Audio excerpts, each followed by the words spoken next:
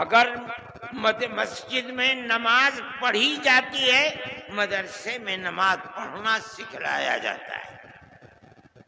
اگر مسجد میں قرآن پڑھا جاتا ہے، مدرسے میں قرآن پڑھنا سکھلایا جاتا ہے۔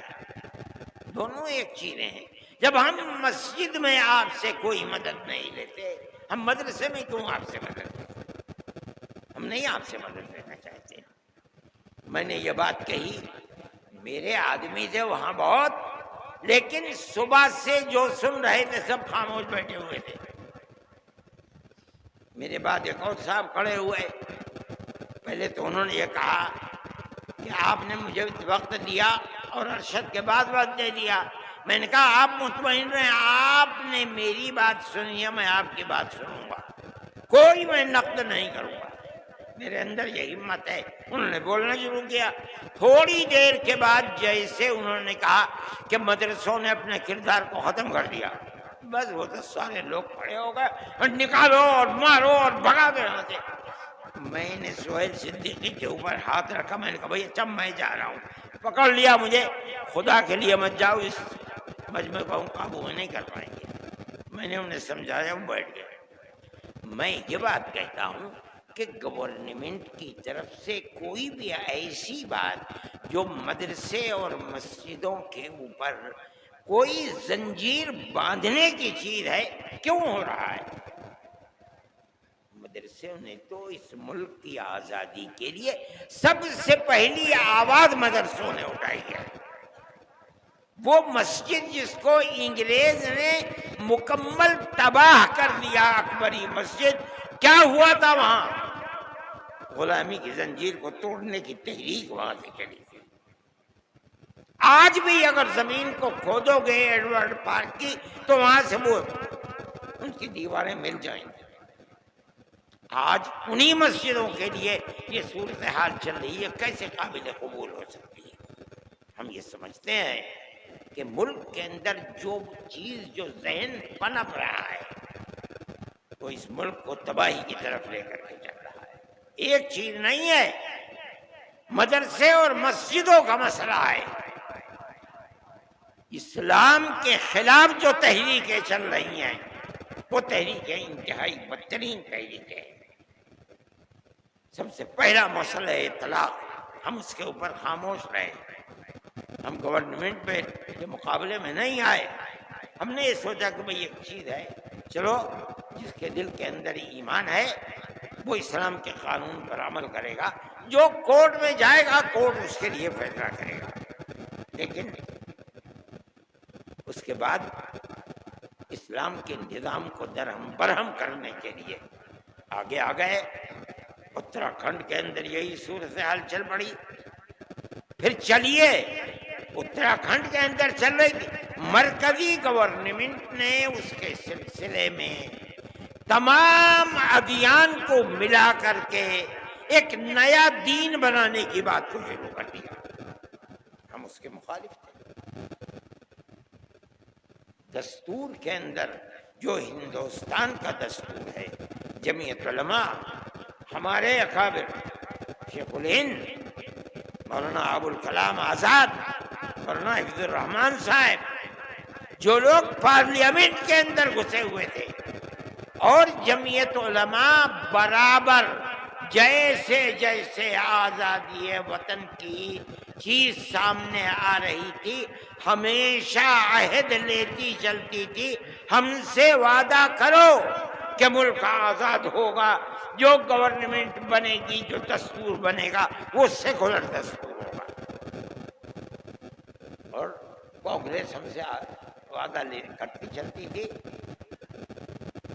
میرے پاس تحریریں موجود ہیں کہ جن کے اندر موتی لال نہرو، جواہر لال نہرو، گاندھی جی، کانگریس کی ورکنگ کمیٹیوں کی تجاویز ہیں۔ وہ کہتے ہیں کہ ہم یقین دیتے ہیں کہ مسلمانوں کا مذہب، مسلمانوں کے اوقاف، مسلمانوں کی مسجدیں، مسلمانوں کے امام باڑے، ان کی زبان، ان کا کلچر، ایک لمبی فہرست، ہر چیز محفوظ رہے گی۔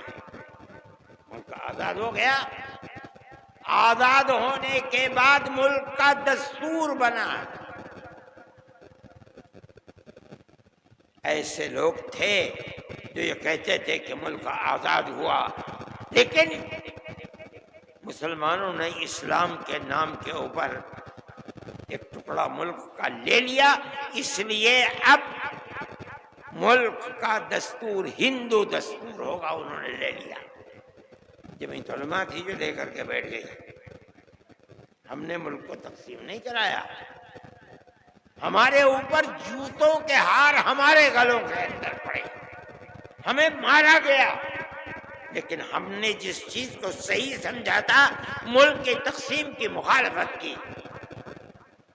ہم پاکستان نہیں گئے، اگر ملک کی تقسیم پر دستخط کیے تم نے دستخط کیے، ہم نے دستخط نہیں کیے۔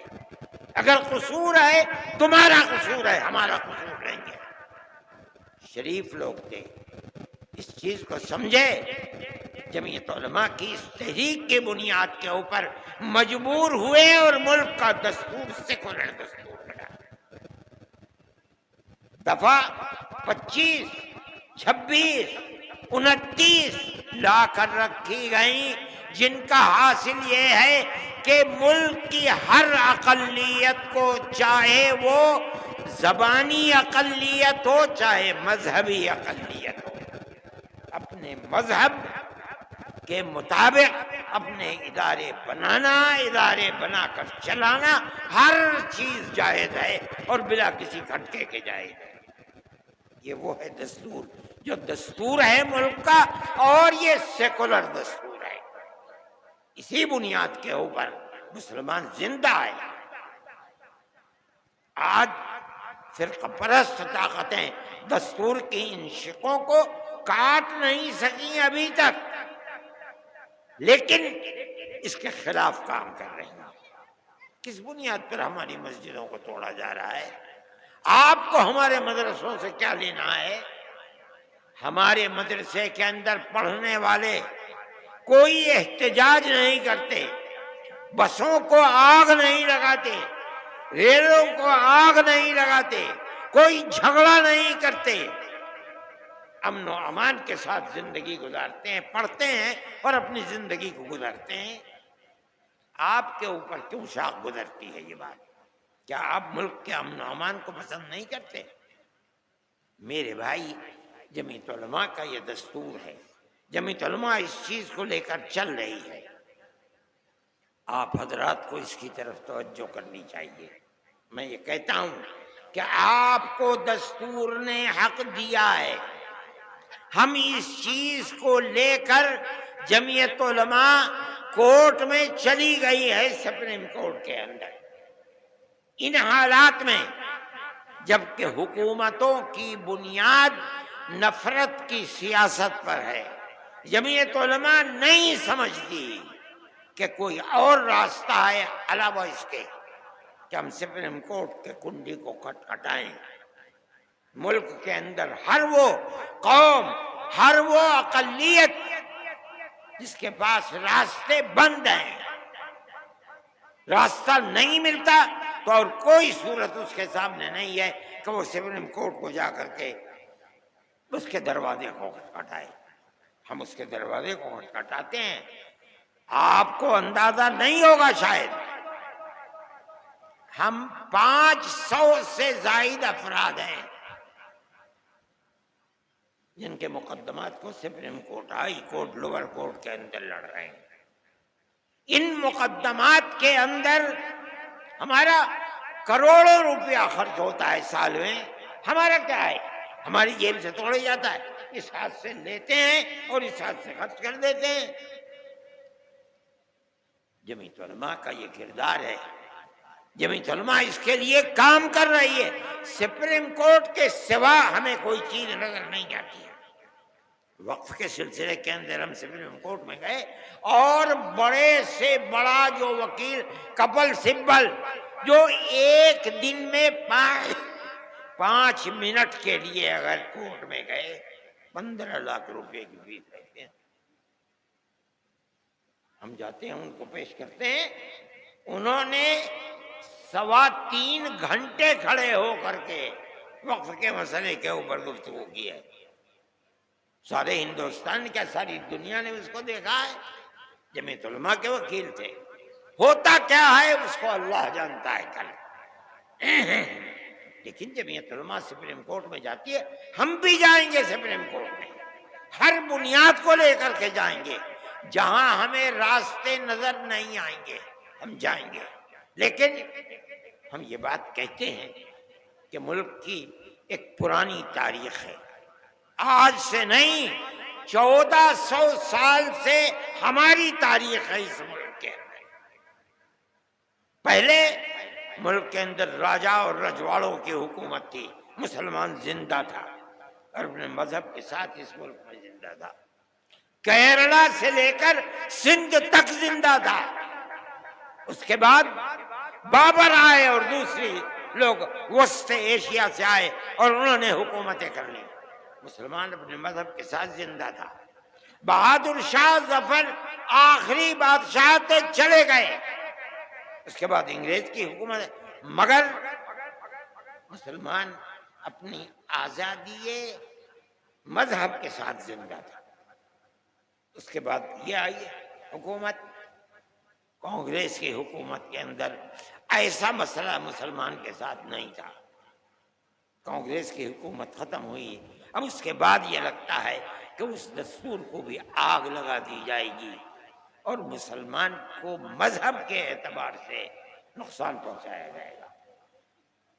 میرے بھائی، ہم یہ سمجھتے ہیں کہ جب تک یہ دستور زندہ ہے آپ کو نہ کرنے کا کچھ حق ہے، اور ہم جائیں گے کورٹ میں.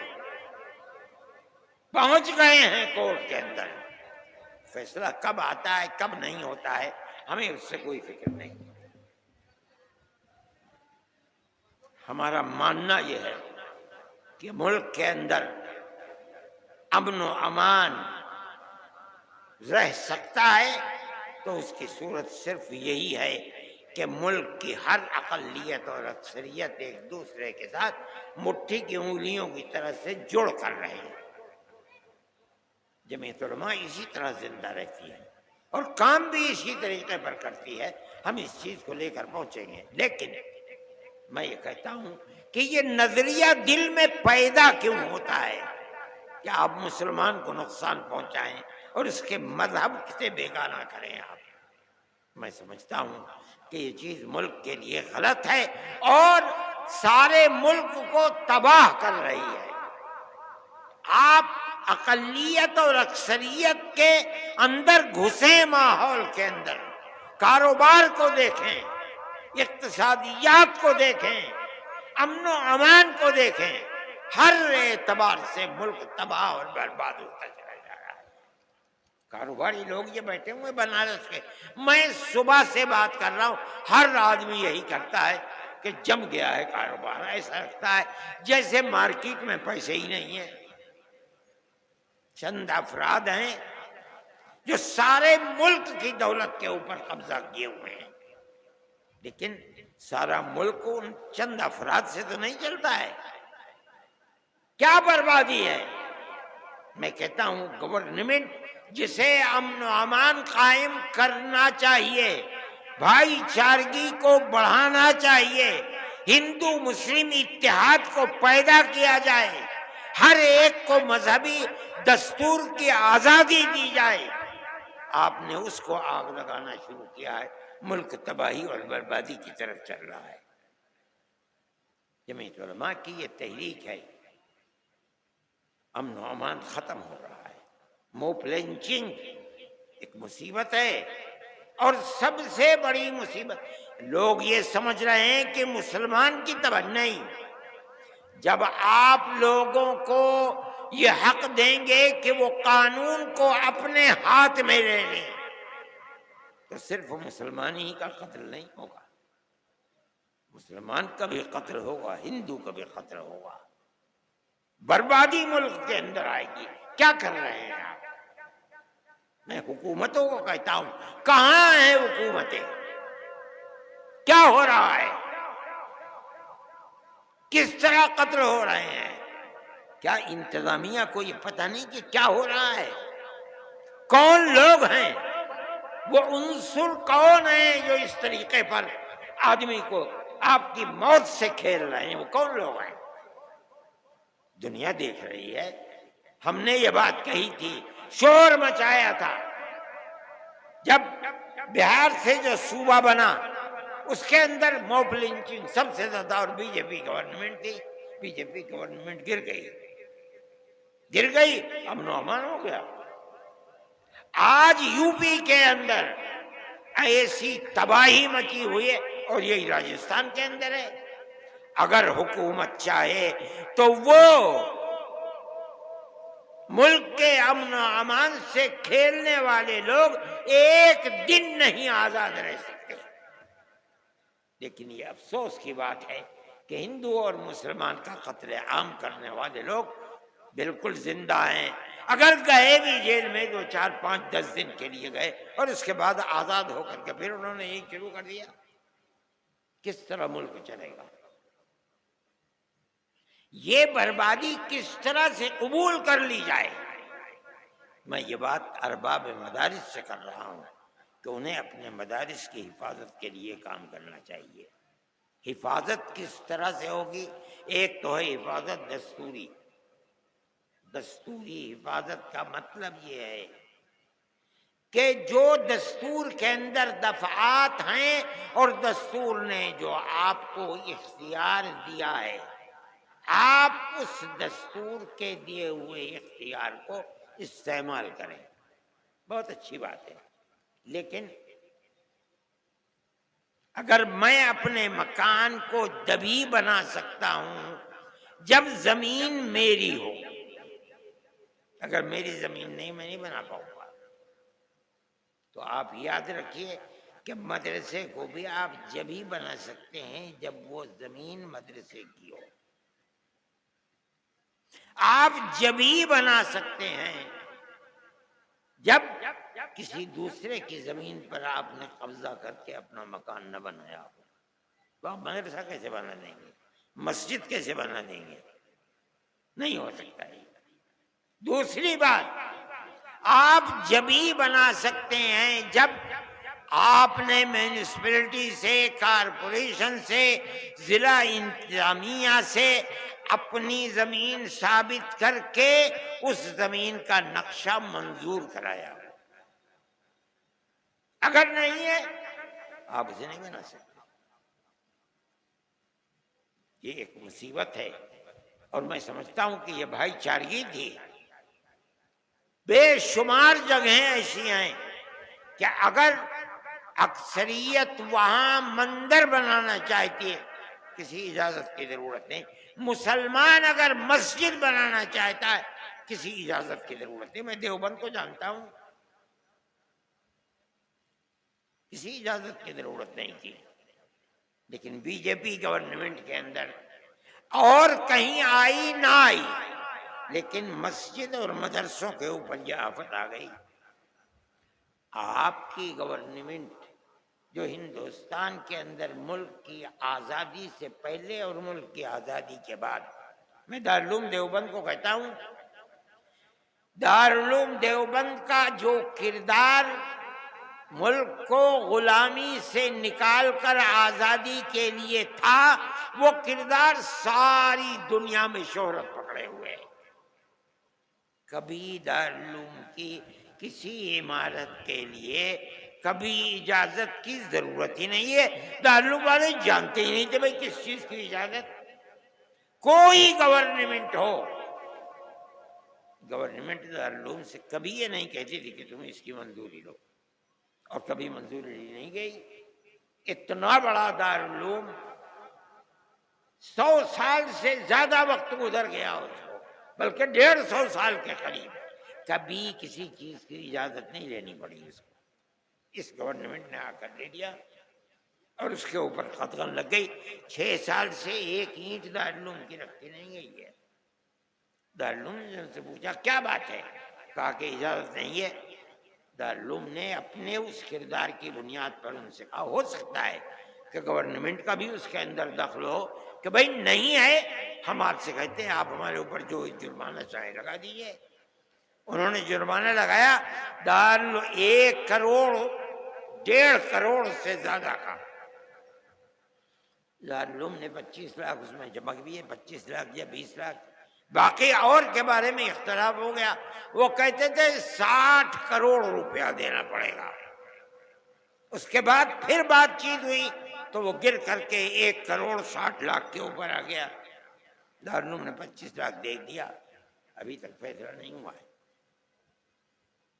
میں یہ کہتا ہوں کہ پچھلی گورنمنٹوں نے ملک کے اندر رہ کر کے جن چیزوں کے اندر آزادی دی، اگرچہ وہ قانون کے خلاف تھی، نہیں پوچھا کہ مسجد کس زمین پر بن رہی ہے، کیا ہو رہا ہے۔ اگر یہ بات ثابت ہو جاتی ہے آج کہ یہ گورنمنٹ کی زمین ہے اور مسجد کی زمین نہیں ہے، انہیں توڑنے کا حق ہے۔ اگرچہ آپ کو دستوری اعتبار سے یہ حق ہے کہ آپ مسجد بنائیں، لیکن یہ مطلب نہیں ہے کہ آپ گورنمنٹ کی زمین پر مسجد بنا لیں، گورنمنٹ کی زمین کے اوپر مدرسہ بنا لیں۔ اگر آپ بنائیں گے تو آپ کو لوہے کے چنے چبانے پڑیں گے۔ میں اپنے ساتھیوں سے بھی کہتا تھا کہ اس موضوع کے اوپر گفتگو کریں۔ آپ مدرسہ بنائیں، اپنی زمین پر بنائیں، مدرسے کی زمین پر بنائیں، مسجد بنائیں، اپنی زمین پر بنائیں، مسجد کی زمین پر بنائیں، وقف کریں اس کو۔ یہاں ایک مسئلہ آتا ہے، آج اگر آپ یہ چاہیں کہ آپ کو مسجد بنانے کی اجازت مل جائے گورنمنٹ سے، آپ تمام شرائط کو پورا کر دیں۔ شرائط کو پورا کرنے کے بعد گورنمنٹ، صوبائی گورنمنٹ، مرکزی گورنمنٹ آپ کو مسجد بنانے کی اجازت دے دے۔ آج کی صورتحال یہ کہ آپ کو اجازت نہیں مل سکتی۔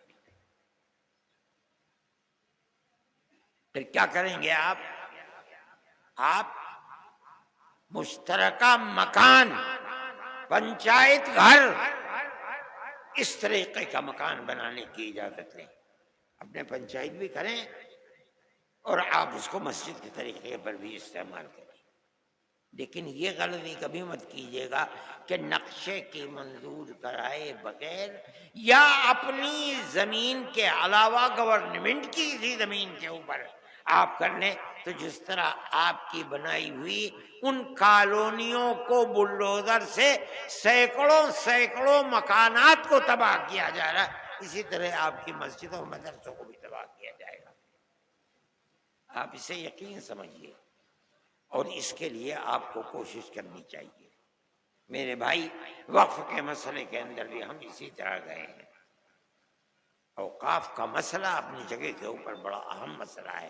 ہماری لاکھوں ایکڑ زمین ہے ملک کے اندر، جو اوقاف کی زمینیں ہیں، یہ وقف یوزر استعمال کی ہوئی زمین کو اگر اس کے پاس کاغذات وقف کے نہیں ہیں، علامتیں وقف کی ہیں، آپ اسے قبول کر لیں۔ یہ جمعیت علماء کے اکابر کا معاملہ تھا۔ ملک کی تقسیم کے بعد بے پناہ ایکڑ زمین اوقاف کی تھی، ان لوگوں نے بیٹھ کر جو وقف سن 54 کے اندر قانون بنا، جواہر لال زندہ تھے، استعمال دلیل ہے اس بات کی کہ یہ وقف ہے، کوئی کاغذ نہیں ہے۔ 500 سال 600 سال پرانی مسجد ہے۔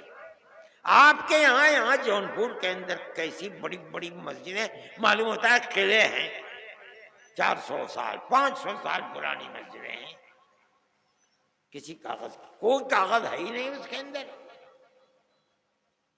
علماء دیوبند جمعیت علماء نے سن 54 میں قانون جواہر لال کے سامنے بنایا اور یہی قانون چل رہا ہے اس وقت۔ انہوں نے آ کر کے اس قانون کے اندر ترمیم کرنی چاہیے۔ ہم اس کے خلاف ہیں۔ ہم گئے کورٹ کے اندر، سب سے پہلے جمعیت علماء ہند کورٹ کے اندر گئی، جو بہترین سے بہترین بڑے سے بڑا وکیل تھا، ہم نے اس وکیل کو پکڑا۔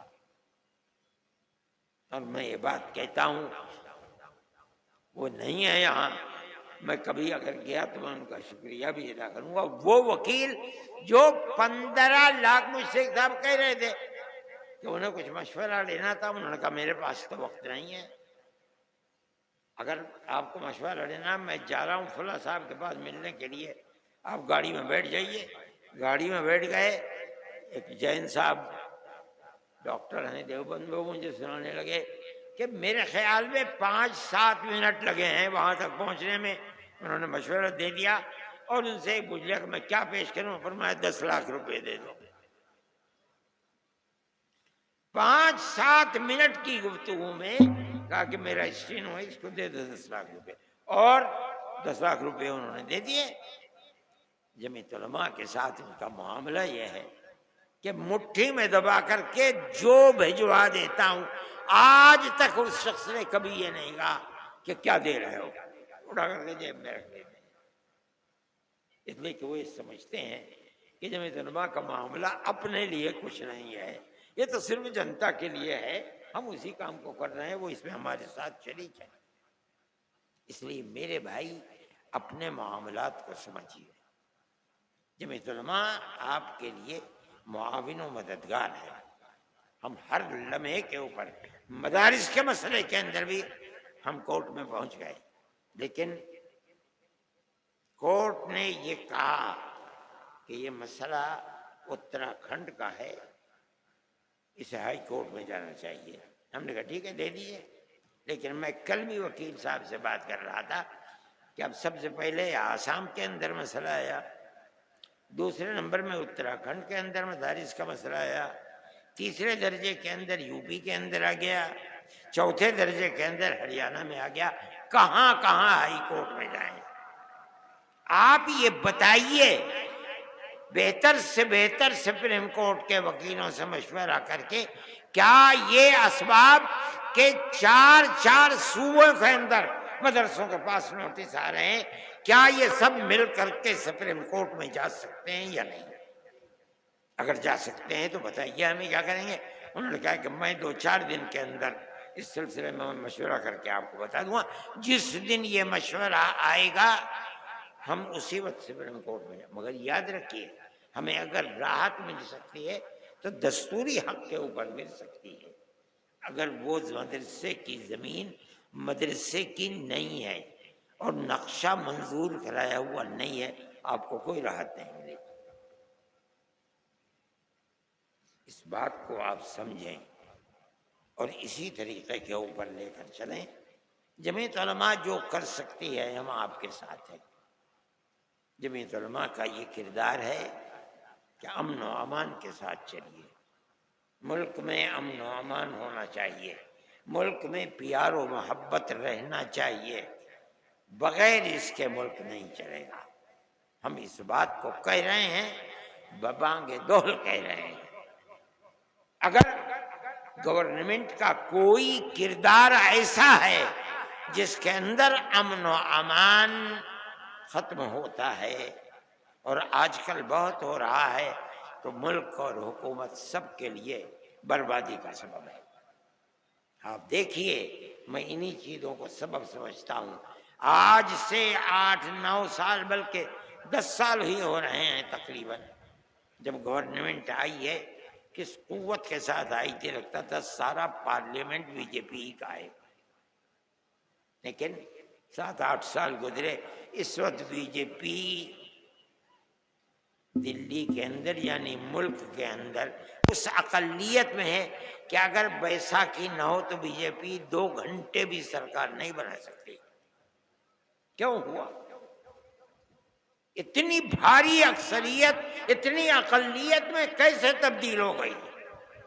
ایک ہی سبب ہے کہ ملک کے اندر وہ بھائی چارگی جو ہزاروں سال سے ملک کی تاریخ تھی، آپ نے اس تاریخ کو آگ لگا دی.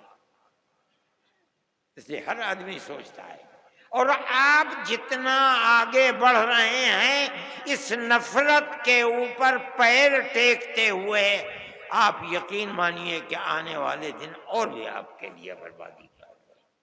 جمعیت علماء جب کبھی آواز اٹھاتی ہے اسے امن و امان اور حقیقت کے لیے اٹھاتی ہے.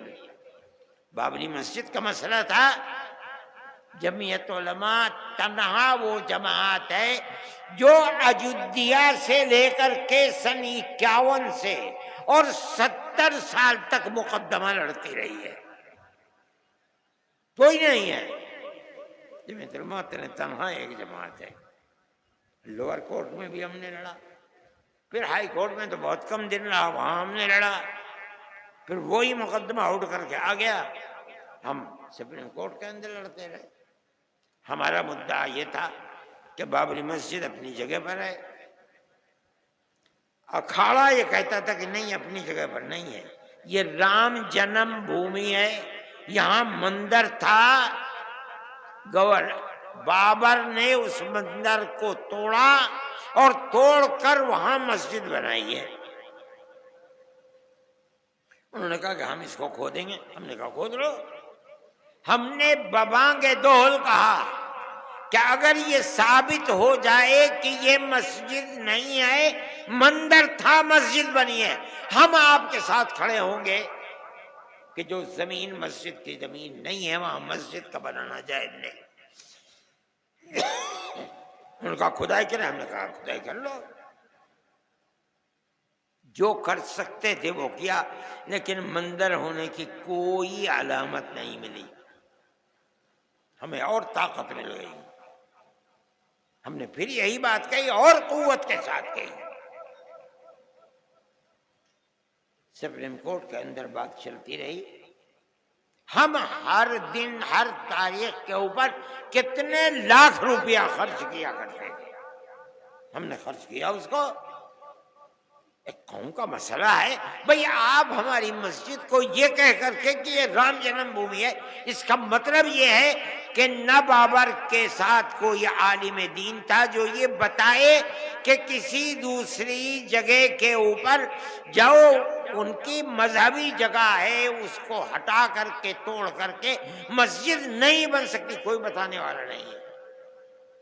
لیکن ہم اس بات کو کہتے ہیں، ہم جو بات کہتے تھے وہ سچی نکلی۔ سپریم کورٹ نے یہ کہا، 3 شقیں تھی سپریم کورٹ کی۔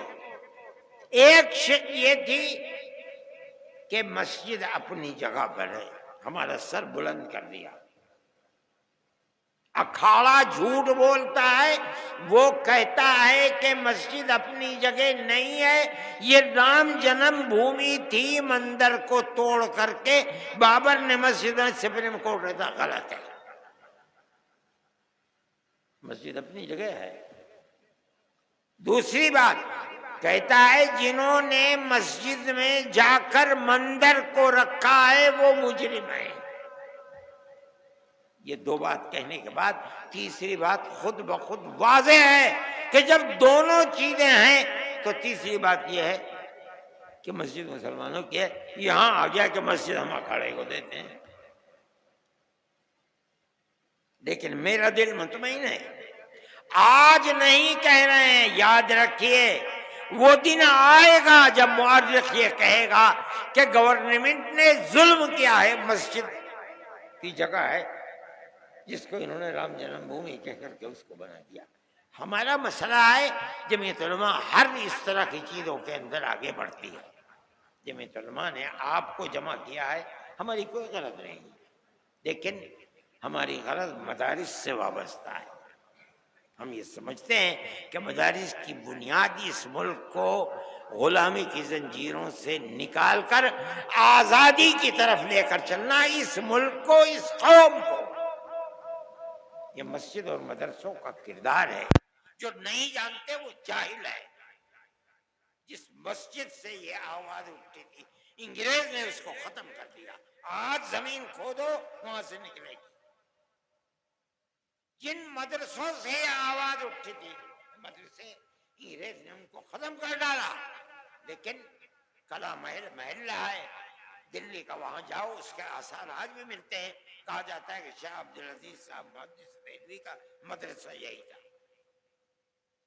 آپ ان مسجدوں اور مدرسوں کو یہ کہہ کر کے کہ یہ مسجد اور مدرسے دہشت گردی کا اڈا ہیں اور یہ جبر اور زبردستی بنائے گئے ہیں، اس کا مطلب یہ ہے کہ آپ کو کچھ معلوم نہیں ہے۔ اور جمعیت دارالعلوم دیوبند اس کی اصل بنیاد اور ماں ہے سن 1857 کے بعد، اور اس سے جو ہزاروں ہزار مدرسے پورے ہندوستان میں، افغانستان میں، پاکستان میں، برما میں، بنگلہ دیش میں، ساؤتھ افریقہ میں، امریکہ اور برطانیہ کے اندر، ان تمام مدرسوں کی بنیاد بھائی چارگی، آپس میں محبت پیدا کرنا، یہ بنیاد ہے، اور مدرسوں کو یہ کام کرنا چاہیے۔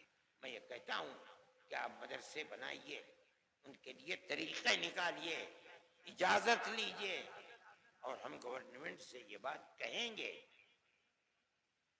ہم کوشش کرنا چاہیں گے ملاقات کی، کہ اگر آپ یہ کہتے ہیں کہ مدرسوں کو، مسجدوں کو بنانا بغیر اجازت کے نہیں ہے، آپ ان شرائط کو بتائیے کہ کیا شرائط ہیں جن کی بنیاد پر آپ ہمیں اجازت دیں، آپ کا عملہ اجازت دے گا، کارپوریشن اجازت دے گا، میونسپلٹی اجازت دے گی، ہم اسی طریقے کے اوپر مسائل کو پیش کریں گے، گورنمنٹ کے بنائے ہوئے دیے ہوئے قانون کے مطابق چلیں گے، بطور زبردستی کچھ نہیں۔